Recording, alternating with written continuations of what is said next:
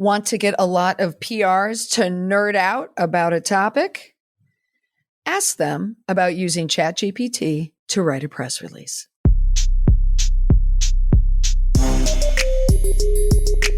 Welcome to the Indestructible PR podcast, where we use current events and tested media and PR strategies to help prevent or manage a crisis and build an indestructible reputation. In this episode, discussing the pros and cons of using AI to write your next press release. A few weeks ago, I posted a question to Twitter, also known as this deserted social media platform. No one really goes there anymore. It's dead. Ever since I stopped paying for Twitter Blue, I tested it out for 6 weeks. Twitter seems to be a little ho-hum for me, except the time I posted a question about using artificial intelligence to write a press release. I happened to be on Reddit that morning, and I don't normally go onto Reddit in the morning because that could bring me way deep down a rabbit hole. But I came across a post asking about the benefits of using artificial intelligence. Someone was asking, what are the benefits of using it? And is it a problem if I use it to write a press release? Well, it started this chatter on Reddit, and I thought, this is a perfect question for Twitter. So I headed on over to Twitter and I posted it at 8:21 a.m. on March 2nd. It has, accumulated almost 19,000 views based on this question. Came across a polarizing Reddit discussion about using AI to write press releases. Some argue it's efficient and cost effective, while others worry about the ethics and lack of human touch. What do we think? AI is a red X for my media class. PRs? Thoughts? That tweet which I did not indicate, was written by artificial intelligence. I started the writing, but then I let artificial intelligence do the rest. I let it polish it up a bit. I didn't happen to mention that. What do you think of those ethics, using artificial intelligence to write a tweet asking about the ethics of using artificial intelligence?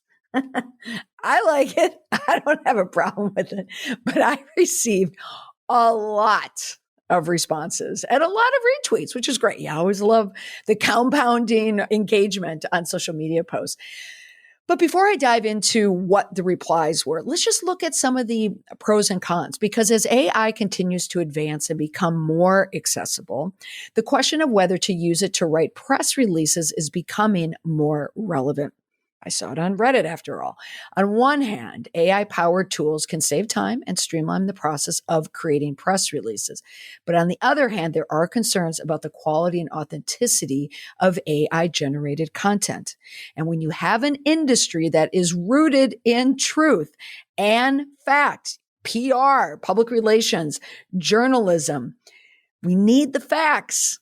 And those facts follow ethical guidelines. So what do we think about this squishy area when it's a press release, when it is a document generated to secure press or to earn media coverage?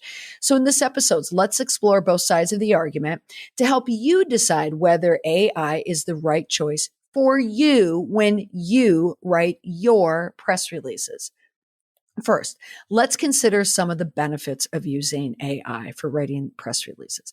One, artificial intelligence. And when I say artificial intelligence, yes, there's ChatGPT. And I did an earlier episode about ChatGPT, which I'll link in the show notes.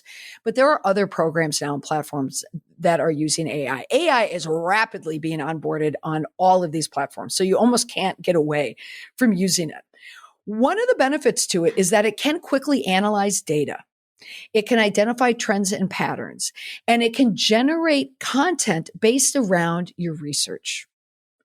Now, I'll be honest, in my media class the other night, I talk about ChatGPT. And as a matter of fact, I had to give a little bit of a lecture in my media class about using it because I'm starting to highly suspect that some students are using ChatGPT. Because 1 week's assignment I'm redlining that thing all over the place. And then the next week it's flawless and it's written completely differently. So we talk about the ethics behind using a press release. But one of the reasons that it is good, one of the benefits is for research, because the idea behind it, the mechanics behind it, if you will, is it scrubs the internet looking for the information that you've asked it to secure for you. And when it goes through the internet and it's looking through all of these articles, it's going to pull it in. Now that is not that much different than going into a Google search bar and typing in information that you're looking for. So it does save you a lot of time when it comes to that research.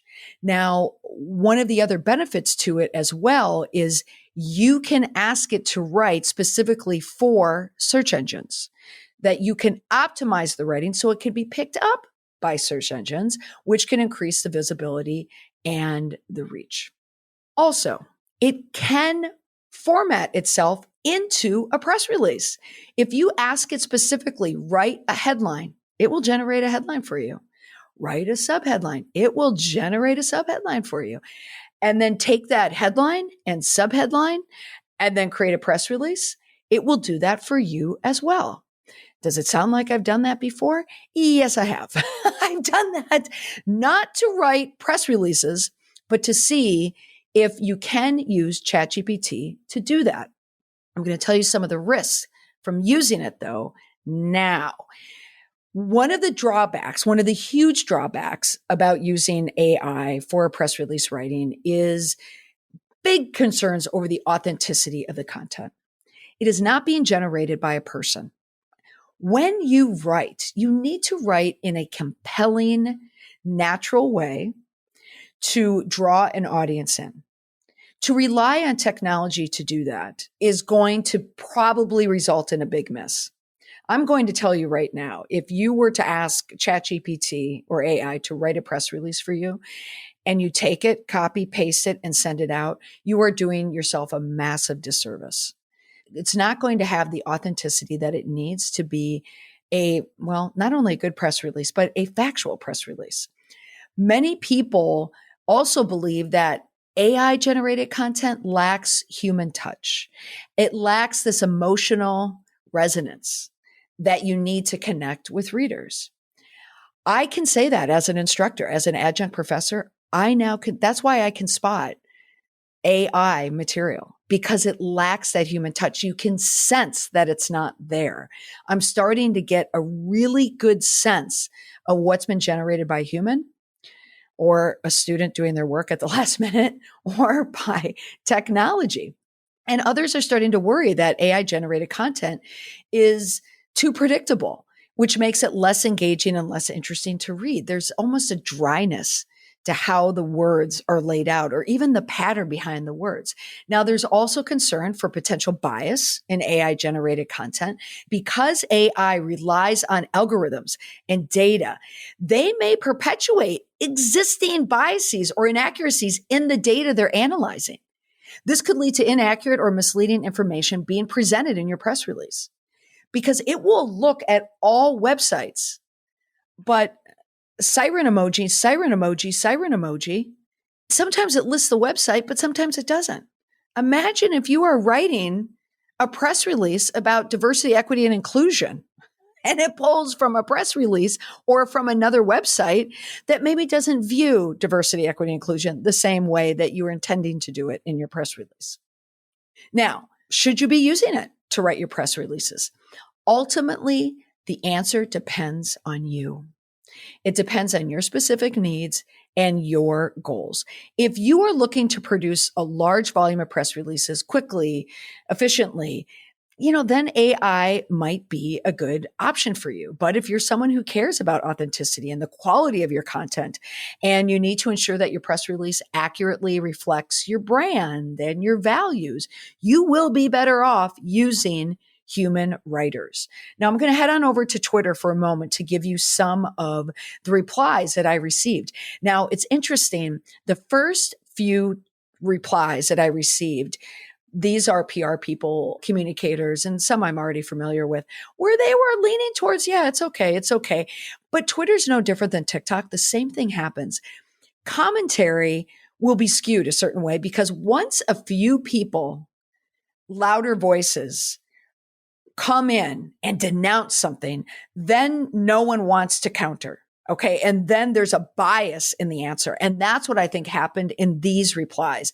I do not think that I was getting a straight reply because, for instance, the first person who wrote about it said, writing a press release is the lowest value a PR pro provides. More important are relationships with internal and external audiences, strategy, messaging, and the like. Seems like bots can free pros to focus on the more important. Now, I thought that was many people in the Reddit thread had shared that same argument that press releases are pretty low value. But when someone followed up on that and said, how could you call a press release low value? If you look at a press release as low value, then you are not spending enough time on your press releases. Another reply, yes, employing AI possibly can result in a solid, cogent news release and save money. But if it's adapted, why would a client engage in the services of a public relations professional? Also, the class is incorrect and are arguing themselves out of a future. This is a class that has no idea how much AI they already use and the potential ahead. The argument happened when Google launched. So I think she was referring to my class, and she assumed that I meant when I said AI is an X for my media class. She probably read it as me saying that the students said it was an X, but what I meant is students couldn't use it. And isn't that funny? I used AI and it was confusing. And she says, Canva, Lumen 5 all use AI. Social channel algorithms are a form of AI. AP Business has been using AI for news since 2014. AI is an amazing summer intern for base content, which I love that. Its worth is based on the data you give it and your understanding of how it works. That answer is probably the closest to how I feel about it as well.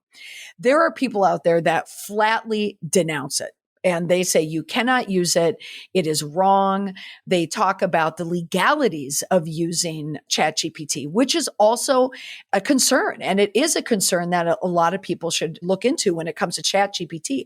Not that many people are thinking about that because ChatGPT, because it is pulling from existing content, what happens if it pulls content that happens to be derivative of someone else's content or might be copyright protected? You can't use that in ChatGPT. And also that copyright law, though many people probably aren't thinking about that right now, you have no idea when that's going to come up. Another piece of it is the privacy. Now, if I happen to be using ChatGPT for a client, for instance, like I'll use it for a Facebook post for a client. I'll say, write a Facebook post about this just to generate ideas, but I will not type the name of the client in ChatGPT or when I'm doing AI. I just put XYZ of a company because I don't want to get into that muck and mire. One person says, when you feed your client's info into ChatGPT, they can expose both the client and you to legal action. Also, it rewrites quotes, and putting together the release helps the writer organize, synthesize thoughts from various teams. So no. Another reply, the fundamentals of writing should be mastered first before any tool is brought in. What if your favorite AI tool goes down? I also worry about plagiarism. We're putting trust in a program. My intuition is that will come up as an issue. All right. And then a lot more. People are saying clients don't pay us to cut and paste. Pretty soon, the class of workers who once were paid to create copy better brush up on their farming or coding skills. I think it's good to get the nuts and bolts out of the way and then refine with human eyes. Frees up the communications professionals' time for the highest value work. I think that probably matches how I feel about it as well. I don't have a problem with AI, using AI. We've been using it for a while. We're just calling it something different, and it's definitely more robust. However, when it comes to any content, at least when I use it, I never put any information into ChatGPT or using any other artificial intelligent chat bot, if you will, for a client, for content, and take that out and use it whole cloth. I have never done that, and I never will do it. Now, I do use it for research. I use it for clarity. I use it sometimes just to get a different perspective on a take on something. Sometimes I'll write it. Well, sometimes, a lot of the times, I will write it for headlines. That's where I really like using it. Headlines for podcasts, headlines for a Patreon. Whenever I'm writing those headlines or sub headlines, I like to use it for those reasons. And when I do use it, all it is a first draft for me. And then I go in and I write it in my words. But sometimes I have to tell you, you use ChatGPT, you find yourself spending more time re-editing ChatGPT. If you just wrote it yourself originally in the first place, maybe you wouldn't even have that problem in the first place. So in the end, it all depends on how you feel about it. The decision should be based with careful considerations on your specific needs and goals, and also within your jobs. Because yes, it can save a lot of time and effort. But if you are being paid by a client, or if you are working for an organization that is paying you to do certain work, that work should be original. And if it's not original, you should be upfront with where you are using it. I mean, particularly if you're writing press releases for a client and someone is paying you to do that, you cannot use ChatGPT because they can just do it. They're not paying you for automation. They're paying you for your creativity and your writing. Now, in every episode, I include one indestructible PR tip. It's an easy to remember takeaway to help you build an indestructible reputation. And here it is. If you use ChatGPT on content and pass it off as original, you may be busted. And if you are, you're going to create a reputation problem. Do you remember the story of the Vanderbilt associate dean who was suspended for using ChatGPT to write a sympathy letter for the school over the mass shooting at Michigan State University? A student at Vanderbilt noticed at the bottom of that email that it said it was generated by ChatGPT. Of course, where did she put it? On social media. And that associate dean was suspended. And then once that dean was suspended, then what showed up in the news? People start digging, they look at the name, and then there's another story about how the same dean had shared a post about transforming privileged white male student while living in a $675,000 mansion. That was a news story in the tabloids and the Daily Mail. And how do we know about it? Just because of the story with ChatGPT.